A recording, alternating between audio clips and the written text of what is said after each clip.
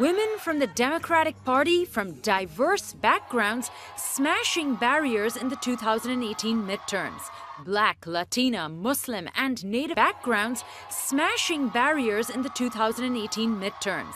Black, Latina, Muslim, and Native American women seizing victory at the polls. We are done waiting. We are the ones we have been waiting for. Let's get to work. Democrats Sharice Davids and Deb Haaland both made history as the first Native American women elected to Congress. Tonight, New Mexico, you are sending one of the very first Native American women to Congress. In New York, 29-year-old Alexandria Ocasio-Cortez becoming the youngest woman ever to head to Congress.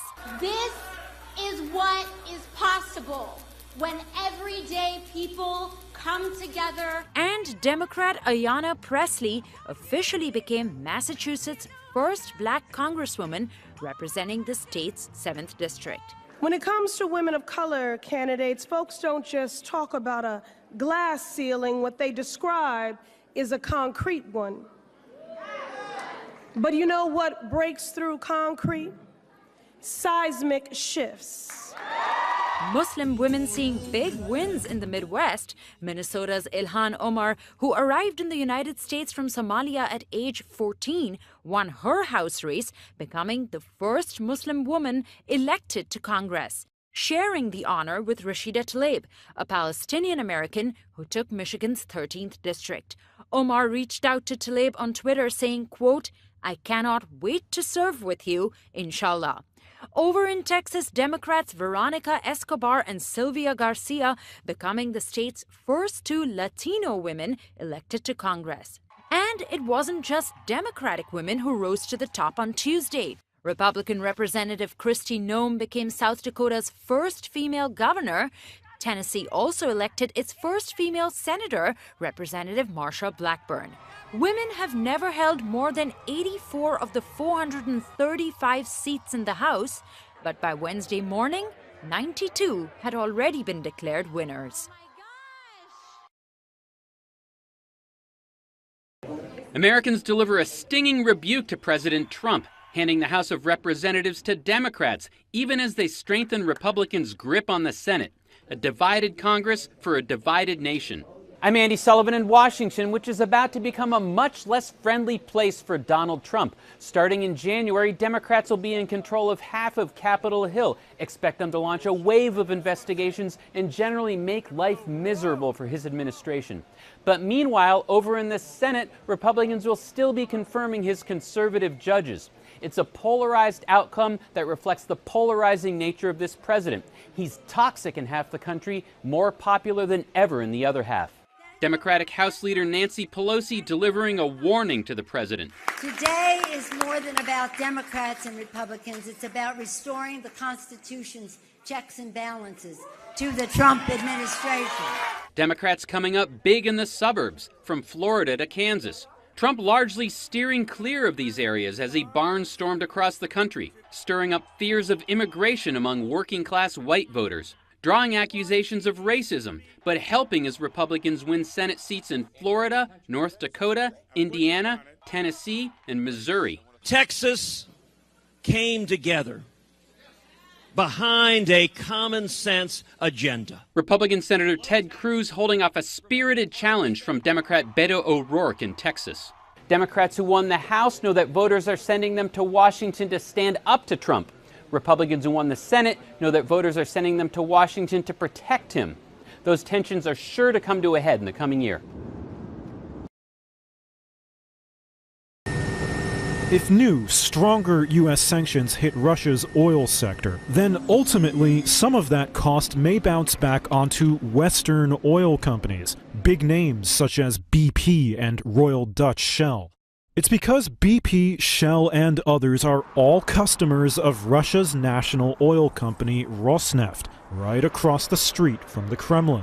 And according to industry sources, Rosneft now wants certain insurance if their sales get disrupted. Reuters' Dmitry Zanikov in Moscow broke the story. It's looking very, very strange. We've never seen it before. So what's effectively happening is that Rosneft is telling its big oil buyers that if they fail to buy oil from Rosneft because of new US or any other sanctions, those companies will have to pay penalties to Rosneft. Well, that's unheard of in the oil industry. It means that if BP or Shell or any other big oil company cannot buy a cargo from Rosneft, it may have to pay $70–80 million, because this is how a cargo of oil costs these days according to market prices. It's not clear exactly what new terms Rosneft wants. Neither Rosneft nor any of its Western clients responded to our questions.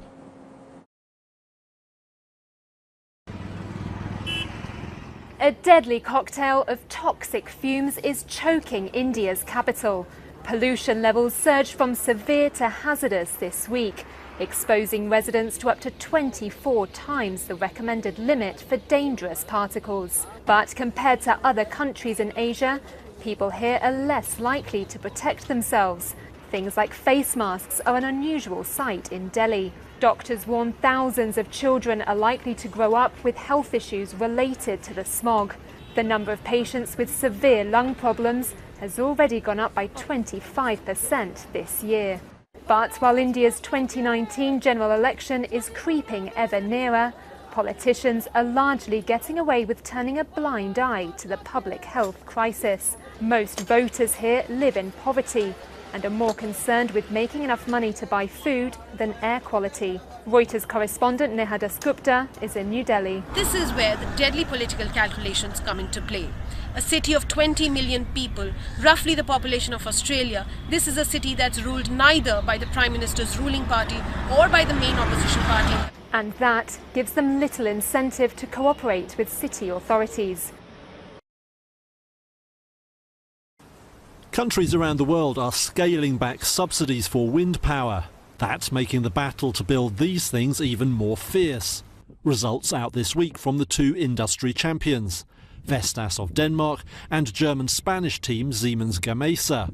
Reuters' Stina Jacobsen is in Copenhagen. She says the era of government handouts is coming to a close. Instead, they opt for more competitive tenders, where bidders with the lowest bids wins, which is putting an enormous downward pressure on prices of turbines, like you see right here behind me.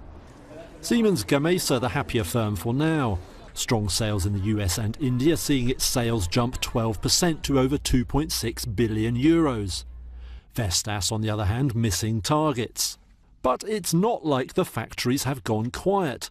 In fact, Vestas order books have never been fuller.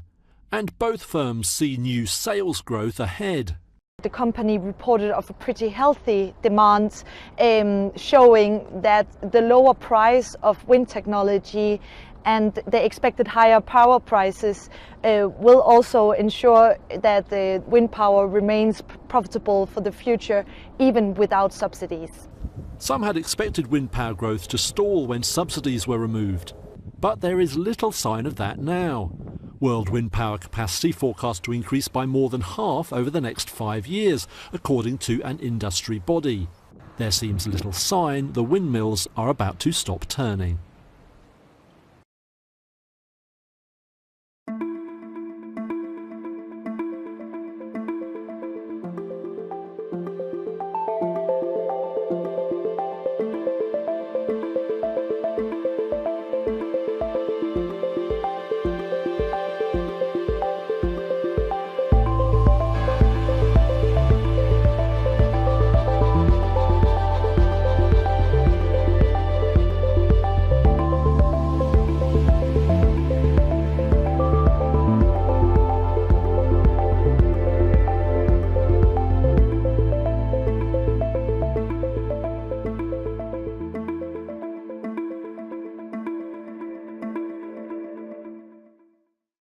You're up to date. For more, download the Reuters TV app on your mobile or streaming device.